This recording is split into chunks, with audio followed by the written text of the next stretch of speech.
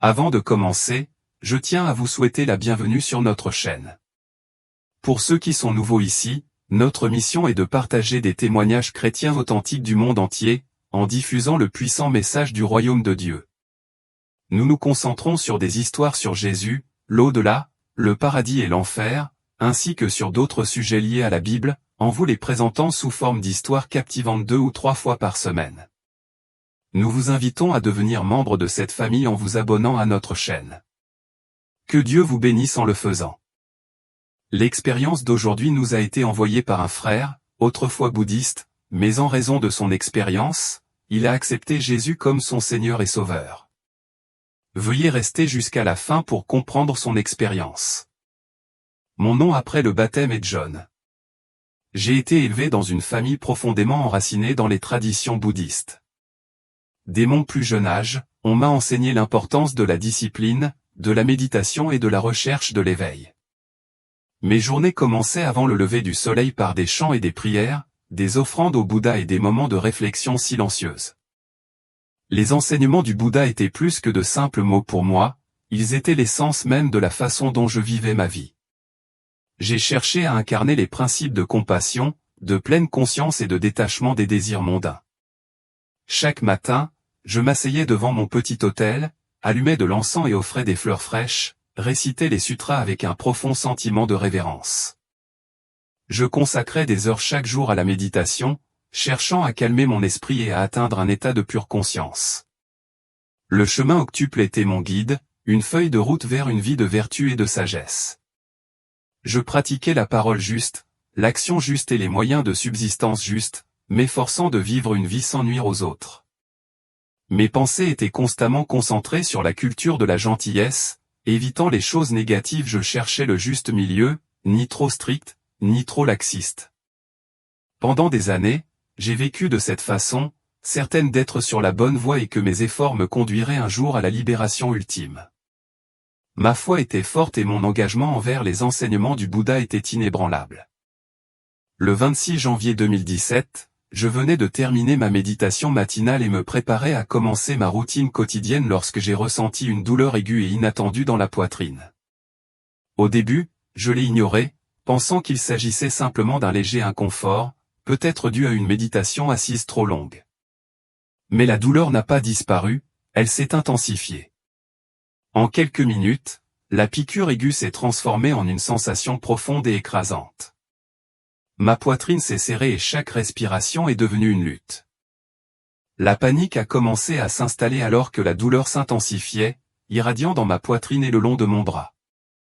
J'ai essayé de rester calme, en me concentrant sur ma respiration comme on me l'avait appris, mais rien ne semblait aider. La douleur devint insupportable, comme un étau qui m'étranglait. Ma vision se brouilla et je sentis mes forces s'évanouir. Le monde autour de moi commença à s'estomper, les sons du temple devenant lointains. Je savais que quelque chose n'allait pas du tout, mais je ne pouvais pas l'arrêter. Mon cœur battait fort dans ma poitrine, puis soudain, tout devint noir. À ce moment-là, je me sentis m'évanouir, ma conscience s'évanouissant comme les dernières notes d'une chanson lointaine. J'anticipais l'obscurité du néant, un vide où la conscience cessait d'exister. Mais au lieu de cela, je me retrouvais en train de planer au-dessus de mon propre corps, suspendu dans un état étrange d'apesanteur. La vue de ma forme sans vie allongée immobile sur le sol de ma chambre était à la fois obsédante et surréaliste. Tout était familier mais étrangement altéré, mon corps physique semblait lointain, presque comme s'il appartenait à quelqu'un d'autre. Je percevais chaque détail avec une clarté que je n'avais jamais connue auparavant, les gouttes de sueur luisante qui perlaient sur mon front, le soulèvement et l'abaissement superficiel et rythmé de ma poitrine et le pouls faible et fragile qui palpitait dans mon cou. Pourtant, malgré la vivacité de ces détails, il n'y avait aucune peur, aucune douleur, seulement un sentiment particulier de détachement, comme si j'étais l'observateur de ma propre disparition. Alors que je dérivais au-dessus, je pris conscience d'autre chose, des silhouettes sombres et ombragées qui se cachaient aux confins de ma conscience.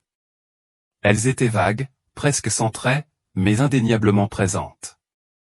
Ces entités, quelles qu'elles soient, semblaient fixer leur regard sur moi, observant avec un silence qui semblait délibérément déconcertant.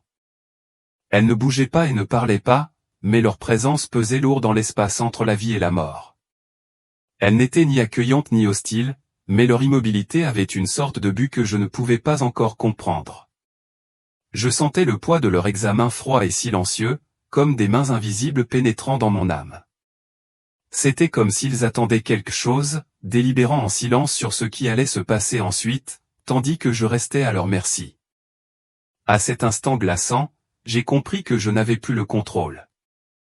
Quelles que soient ces entités sombres esprits, âme ou quelque chose de bien plus sinistre, où elles tenaient mon destin entre leurs mains. Et tandis que je planais impuissante au-dessus de mon corps, les silhouettes qui s'étaient autrefois arrêtées commencèrent à s'agiter. Lentement, presque imperceptiblement, elles se rapprochaient, m'entourant de tous côtés. Il n'y avait pas d'échappatoire, pas de défi, seulement l'inévitable attraction de leur volonté silencieuse. Une force invisible, inflexible et puissante, m'attirait vers elles, me laissant impuissante à résister. C'était comme si mon essence même s'était rendue, obligée de suivre où qu'elles aient l'intention de me mener. Au moment où elles m'encerclaient, tout changea en un instant. Mon environnement familier ou les murs de ma maison, le confort de mon propre corps se dissolvaient dans un vide sans fin. Je me retrouvais à la dérive dans l'obscurité totale, avec seulement les silhouettes sombres qui me guidaient vers le bas. Ce fut une descente, lente au début, mais avec un poids de terreur toujours croissant qui pesait sur moi. Alors que nous continuions à descendre, une prise de conscience effrayante commença à se faire jour, ce n'était pas un voyage ordinaire. L'air s'épaississait d'un froid étouffant, et à chaque instant qui passait, un désespoir insupportable s'infiltrait plus profondément dans mon âme. Je cherchais les croyances qui m'avaient ancré tout au long de ma vie, espérant y trouver du réconfort. Mais ici, elles me semblaient lointaines, comme s'il s'agissait de souvenirs qui s'estompaient et qui n'avaient plus de valeur. Puis, avec une clarté terrifiante, la vérité se révéla à moi, j'étais conduit en enfer. Les âmes sombres, silencieuses et implacables, m'avaient amené dans ce lieu de tourment, un royaume de souffrance inimaginable. Aucun mot n'était prononcé, mais leur simple présence exprimait tout. Elles étaient les escortes des damnés, et maintenant, leur tâche était accomplie. Alors que nous atteignions le bord de ce domaine abandonné, elles me libérèrent, me laissant l'affronter seule. L'obscurité de l'enfer était oppressante, comme un poids qui m'écrasait de tous côtés. Pourtant, même cela n'était rien comparé à la force que je sentais se profiler devant moi. Seul dans cet abîme, la terreur m'a saisi tandis que je sentais quelque chose d'indescriptible se rapprocher. Et puis, hors de l'ombre, il a émergé au Satan lui-même. Il ne ressemblait en rien à la créature cornue du folklore, pas dieu de feu ni de trait grotesque. Au lieu de cela, sa forme était bien plus terrifiante dans sa simplicité. Sa présence était l'incarnation même du mal, une obscurité si absolue qu'elle semblait dévorer toute lumière, tout espoir, ne laissant que le vide dans son sillage. La pure malice qui émanait de lui était plus écrasante que n'importe quel cauchemar que j'avais jamais imaginé. Ce n'était pas seulement une rencontre avec l'obscurité, c'était une confrontation avec la pure malveillance, une force si profonde qu'elle anéantissait tout sentiment de sécurité ou de salut. En sa présence, j'ai réalisé à quel point j'étais vraiment impuissante. Son regard était froid et vide, dépourvu de la moindre lueur de compassion ou de pitié. C'était comme si le concept même d'empathie ne l'avait jamais touché. Il dégageait une puissance terrifiante, une aura de domination si écrasante que toute résistance semblait non seulement futile, mais inimaginable. Je me tenais devant lui, paralysé par une peur dévorante, lorsque je pris conscience d'autres silhouettes qui se cachaient dans l'ombre des démons. Ils étaient grotesques et hideux, leur forme tordue exsudait la malice, mais ce qui me frappa le plus n'était pas leur apparence, mais leur comportement. Chacun d'entre eux, sans exception, s'inclina devant Satan, leur tête grotesque baissée en signe de soumission. Ces démons agents de tourment et de souffrance rendirent hommage à leur maître avec une révérence presque fanatique, rampant à ses pieds comme si sa cruauté était quelque chose à vénérer. Malgré la cacophonie des cris et des hurlements des damnés, Satan resta complètement impassible, son attitude glaciale ne se laissant pas ébranler par l'agonie qui l'entourait. Il avait le contrôle absolu, commandant chaque élément de ce royaume cauchemardesque avec une autorité impitoyable. Les démons ne se recroquevillaient pas de peur, Cependant, au contraire, ils semblaient le vénérer avec une forme tordue de révérence, comme s'ils étaient en admiration devant les profondeurs de son pouvoir et de sa cruauté. C'est à ce moment-là que la véritable nature de l'enfer s'est dévoilée devant moi.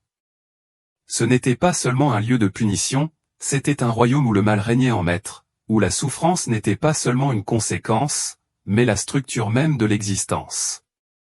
Et au cœur de tout cela, orchestrant chaque once de désespoir, se trouvait Satan.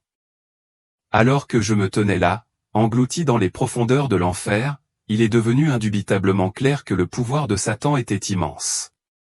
Son règne était absolu, mais il y avait quelque chose d'autre, quelque chose de plus grand, une force à laquelle même lui ne pouvait échapper. Mes yeux furent attirés par les chaînes qui le liaient, massives, inflexibles et rayonnant d'une énergie sombre et menaçante. Ce n'étaient pas des chaînes ordinaires, elles avaient été forgées par une puissance supérieure, une autorité qui surpassait même la domination de Lucifer sur l'enfer. Bien que lié, Satan exerçait toujours son influence d'une poigne de fer, commandant les démons d'un simple regard ou d'un geste subtil. Son contrôle était si complet, si absolu, que même enchaîné, il régnait avec une précision terrifiante. Les démons, vils et grotesques, répondaient à chacun de ses ordres sans une seule hésitation, se précipitant comme des serviteurs obéissants désireux de plaire à leur maître. Ils exécutaient ces ordres cruels avec une efficacité froide et mécanique, tourmentant les âmes des damnés avec une précision qui ne laissait aucune place à la pitié ou au sursis. L'essence même de l'enfer se reflétait dans leurs actions, impitoyables, implacables et totalement dénuées d'espoir. En présence de Satan, la hiérarchie de ce royaume des ténèbres devint limpide. Les démons, malgré leur puissance monstrueuse, n'étaient que des pions, des outils utilisés pour exécuter la volonté perverse de leur maître. Et tandis que je me tenais là, à assister au déploiement de cette structure infernale, je réalisais que même ici, dans les profondeurs du tourment éternel, il n'y avait pas de rébellion, pas d'échappatoire, seulement la domination inébranlable de Satan, qui régnait sur tout avec un cœur aussi froid que les chaînes qui le liaient. Bien qu'il soit lié par des chaînes, le règne de Satan restait incontesté, son autorité n'était pas touchée par les symboles de sa propre soumission. Le poids de ces chaînes ne fit rien pour diminuer son emprise sur ce royaume infernal. Ici, dans ce royaume de tourments éternels, la parole de Lucifer était loi, et les démons existaient uniquement pour accomplir sa volonté sombre, chaque mouvement étant le reflet de ses désirs pervers. Il était clair que l'enfer lui-même s'inclinait devant lui, même si quelque chose de plus grand l'avait lié. Alors que je tremblais en sa présence, paralysé par la peur, je sentis son regard se poser sur moi. Ses yeux froids et vides se fixèrent sur les miens, envoyant une terreur glaciale dans mon cœur. Sans dire un mot, il fit signe aux démons qui rôdaient autour de lui, et ils ne perdirent pas de temps pour tourner leur attention vers moi. Leurs railleries commencèrent immédiatement, leur voix cruelle résonnant dans l'obscurité. Je m'en souviens parfaitement, siffla l'un d'eux, la voix pleine de moquerie. C'est donc ça le bouddhiste fidèle. Un autre ricana, le visage déformé par le dédain. Toutes ces années passées à méditer, à rechercher l'illumination, quel gâchis. Tu t'es consacré à la sagesse, et regarde où cela t'a mené. Tous tes rituels, tes pratiques, ça ne signifiait rien. Leurs paroles me blessèrent plus profondément que je n'aurais pu l'imaginer.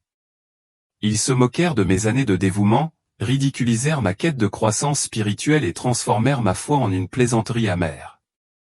Ce n'était pas seulement une attaque contre mes croyances, c'était une attaque contre l'essence même de qui j'étais. Et puis, le véritable tourment commença. Les démons, avec une joie perverse, déchaînèrent une furie de douleur qui transcendait tout ce que j'avais jamais connu. Ce n'était pas seulement une agonie physique, c'était une dévastation complète et écrasante pour l'âme. Chaque seconde me semblait une éternité, chaque vague de tourment plus insupportable que la précédente. Le pire n'était pas la douleur en elle-même, mais la prise de conscience qui l'accompagnait, tout ce que j'avais fait, tout ce en quoi j'avais cru, m'avait en quelque sorte conduit à cet endroit.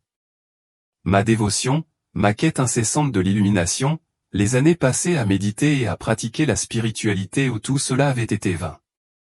Les démons s'en délectaient, prenant un malin plaisir à ma souffrance. Ils trouvaient de la joie dans le fait que ma vie, ma foi, m'avait conduit ici, dans ce gouffre du désespoir, où rien de tout cela n'avait de valeur éternelle.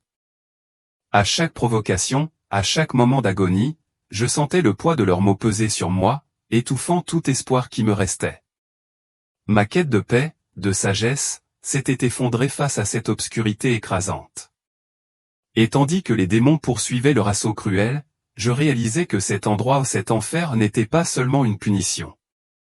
C'était la trahison ultime de tout ce qui m'était cher. Alors que le tourment faisait rage, la présence de Lucifer devint encore plus oppressante, sa malveillance s'infiltrant dans l'air autour de moi. Je pouvais sentir sa satisfaction cruelle grandir alors qu'il brisait enfin le silence et me parlait directement. Sa voix était froide, mais calme, comme un prédateur qui sait que sa proie est déjà piégée. À chaque mot, il révélait l'horrible réalité du monde, avec quelle facilité les âmes des hommes s'égarent, avec quelle impatience elles se ruent vers l'enfer. Il prenait un plaisir pervers à me dire que ce n'étaient pas seulement les âmes perdues, les méchants ou les provocateurs qui affluaient dans son domaine. Non, dit-il, le plus grand afflux venait de ceux qui se croyaient justes. C'étaient les âmes qui pensaient avoir trouvé la voie, convaincus de leur propre vertu, mais complètement aveuglés par l'orgueil, par l'ignorance, par leur foi dans les faux chemins. Lucifer se délectait de cette ironie, se moquant de l'idée même d'une bonté autoproclamée conduisant tant de gens à la damnation éternelle. Il révéla une vérité effrayante, ils avaient été occupés. Le monde des affaires, disait-il, était un outil particulièrement efficace pour leur tromperie. Les hommes, poussés par la cupidité et la soif de pouvoir, pensaient qu'ils ne faisaient que contourner les règles, conclure des accords et assurer leur avenir. Mais en réalité, ils cédaient leur âme. La corruption, l'ambition et l'amour de l'argent avaient brouillé leur jugement et, dans leur quête du gain matériel, ils avaient inconsciemment assuré leur propre damnation. Il parla de la profondeur avec laquelle ils avaient infiltré tous les niveaux de la société, ne laissant aucun recoin du monde intouché par leur influence. Bientôt, dit-il avec un sourire tordu, il n'y aura plus aucun endroit où se cacher. Lucifer continua, la voix pleine de malice, en parlant de l'industrie du divertissement. Il la décrivit comme son terrain de jeu, un endroit où ils avaient semé leur influence si profondément dans le tissu culturel que les gens ne la reconnaissaient même plus. À travers la musique, les films, les jeux et les distractions sans fin, les âmes étaient lentement et subtilement détournées de la vérité. Les gens se sont laissés absorber par les plaisirs du monde, à la poursuite de sensations passagères et perdant de vue leur foi. Ils ont abandonné leur vie spirituelle non pas dans une rébellion dramatique, mais par de petits compromis progressifs, jusqu'à ce que, sans s'en rendre compte, elle soit sienne. Mais ce qui m'a profondément ébranlé, c'est lorsqu'il s'est tourné vers le sujet des églises. Avec une satisfaction cruelle, Lucifer a révélé que même les lieux sacrés de culte n'étaient pas à l'abri de leur atteinte. Il a parlé d'agents, de faux enseignants et de faux pasteurs, intégrés dans les congrégations, déformant les mots même censés conduire les gens au salut. Ces faux prophètes prêchaient la prospérité, le bonheur et la vie, la meilleure, possible, mais ne parlaient jamais de sacrifice, de repentir ou du prix de la vraie foi. Ils rendent les gens confortables et complaisants, disait-il, les yeux brillants d'une joie maléfique. Et quand l'horreur arrive, ils ne sont absolument pas préparés. Ils ne voient même pas le piège avant qu'il ne soit trop tard. Ces paroles me frappèrent comme un marteau. Le diable avait infiltré tous les aspects de la vie et les affaires, les loisirs et même la religion en s'assurant que personne n'était à l'abri de son emprise. Ceux qui croyaient suivre le bon chemin, ceux qui pensaient vivre dans la droiture, étaient souvent les plus trompés. Leur confiance dans les faux enseignements et les distractions du monde les aveuglait sur le vrai chemin, et Lucifer prenait un grand plaisir à cette tromperie. À ce moment-là, je réalisais l'ampleur de la guerre menée pour les âmes. Ce n'était pas seulement une bataille pour les méchants, c'était une bataille pour tout le monde, et les enjeux étaient plus élevés que je ne l'aurais jamais imaginé. Ces soi-disant pasteurs, a-t-il révélé avec un sourire malicieux, accomplissaient leur travail trompeur avec une efficacité remarquable. Ils étaient devenus les agents inconscients des ténèbres, égarant les fidèles sous le couvert de la justice. Tandis qu'ils parlaient, son ton changeait pour refléter un dédain plus profond, ses paroles dégoulinaient de mépris. Puis, avec un calme troublant, il s'est concentré sur le bouddhisme. Il a expliqué comment sa popularité avait augmenté et comment d'innombrables personnes recherchaient la paix et l'illumination dans ses enseignements. Mais que découvre-t-il finalement? A-t-il demandé avec un ricanement. Un vide profond. Des rituels qui, dans le grand schéma de l'existence, n'ont aucune signification ni aucun pouvoir réel. Il a insisté sur le fait que le bouddhisme, comme tant d'autres fausses religions, n'était qu'un outil de plus dans leur arsenal, conçu pour détourner les âmes du seul véritable salut disponible. Il croit être sur le bon chemin, a-t-il dit, sa voix teintée de moquerie. Ils pensent posséder la sagesse, mais ils ne font que foncer droit dans le piège que nous leur avons tendu. Cette prise de conscience m'a frappé avec une clarté effrayante, tout cela faisait partie d'une stratégie sinistre conçue pour éloigner les hommes et les femmes de Dieu, de la lumière et des profondeurs de l'enfer. Plus les gens avaient confiance en eux-mêmes et en leur chemin choisi, plus ils tombaient involontairement entre les mains des ténèbres. Nous sommes patients, continua Lucifer, une lueur satisfaite dans les yeux. Nous attendons, nous trompons, nous les attirons jusqu'à ce qu'ils ne puissent plus être sauvés. Et alors, ils rejoignent les rangs des damnés, tout comme vous. Ces mots flottèrent dans l'air comme un nuage sombre, rempli du poids d'une fatalité sinistre. Au milieu de la souffrance incessante, un changement soudain se produisit. Une force puissante, différente de tout ce que j'avais jamais ressenti, surgit en moi, une énergie brute qui semblait prendre le pas sur la douleur et le chaos qui m'entourait. Les démons tourmenteurs, autrefois pris dans leur plaisir cruel, s'arrêtèrent brusquement, leurs expressions passant de la joie malveillante à la confusion. C'était comme si la structure même de l'enfer avait tremblé devant ce nouveau pouvoir. Avant que je puisse saisir l'ampleur de ce qui se déroulait, cette force s'intensifia, m'éloignant du rire moqueur et de l'agonie implacable. Je sentis une traction vers le haut, une ascension libératrice loin des confins sombres de l'enfer. En un instant, je me suis retrouvé dans mon propre corps, la douleur physique de cette expérience éprouvante remplacée par une vague de sensations accablantes. J'étais dans un hôpital, entouré par le bip rythmique des machines et les voix précipitées des médecins et des infirmières. Le choc du retour au monde physique était presque insupportable, mes sens chancelaient alors que j'essayais de traiter les souvenirs vivaces de l'enfer qui persistaient dans mon esprit. La vérité de ce dont j'avais été témoin, la tromperie, la manipulation et le destin ultime de ceux qui suivaient de fausses voies étaient indéniables. Mes croyances antérieures dans le bouddhisme me semblaient désormais creuses et dénuées de sens face à la vérité que j'avais rencontrée. Les rituels et les pratiques auxquels j'avais consacré ma vie pâlissaient en comparaison du salut offert par le christianisme. La dure réalité m'a frappé, mon voyage, autrefois assombri par la confusion, m'avait conduit à un profond éveil, une chance d'embrasser une foi fondée sur l'amour, l'espoir et la véritable rédemption. Dans les jours qui ont suivi mon éveil, je me suis retrouvé à la croisée des chemins, un moment à la fois difficile et libérateur. Avec une nouvelle lucidité, j'ai pris la décision d'abandonner le bouddhisme et de me détourner du chemin qui m'avait conduit dans les profondeurs obscures de l'enfer. Ma conversion au christianisme a marqué une profonde transformation, une réorientation complète de ma vie spirituelle. J'ai adopté les enseignements du Christ de tout mon cœur, en recherchant le pardon et la rédemption pour mes transgressions passées. La foi que j'avais autrefois rejetée est maintenant devenue la pierre angulaire de mon existence, m'ancrant dans l'espoir et la détermination. Cependant, ce voyage n'a pas été sans épreuve. J'ai rencontré le scepticisme et la persécution de ceux qui m'avaient connu auparavant, des personnes qui ont eu du mal à réconcilier la personne que j'étais autrefois avec les convictions qui me tenaient désormais à cœur. Pourtant, malgré la résistance, je suis resté ferme dans ma croyance.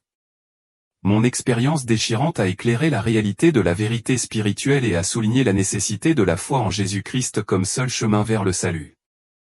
À la lumière de ce profond voyage et des révélations que j'ai vécues, je me sens obligé d'adresser un avertissement sincère à tous les croyants et un avertissement solennel à ceux qui n'ont pas encore embrassé la foi en Jésus-Christ.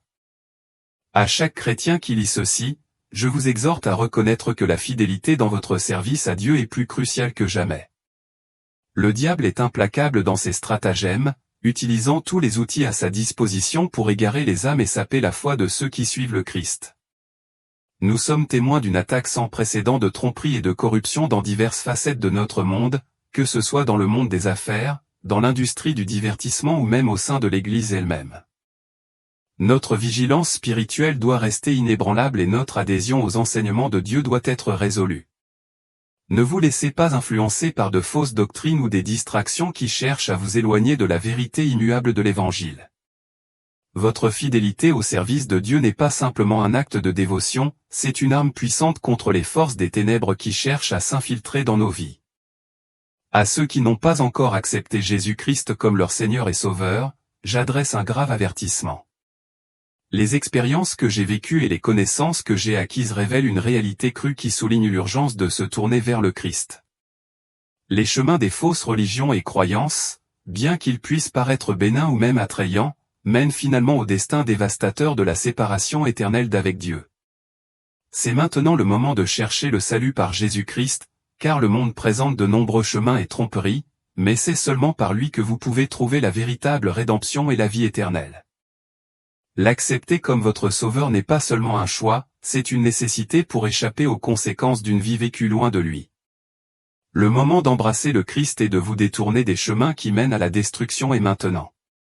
Ne tardez pas, car les enjeux sont éternellement élevés. Alors que nous parcourons ensemble ce voyage de foi, soutenons-nous les uns les autres, fortifions nos croyances et restons vigilants dans notre quête de la vérité de Dieu. Pour ceux qui n'ont pas encore cru, l'invitation au salut reste ouverte, et j'espère sincèrement que vous prendrez la décision cruciale de suivre le Christ, en assurant votre place dans son royaume éternel. Ensemble, efforçons-nous d'éclairer la voie des autres, en les guidant vers la lumière et l'amour que l'on trouve seulement en Jésus-Christ.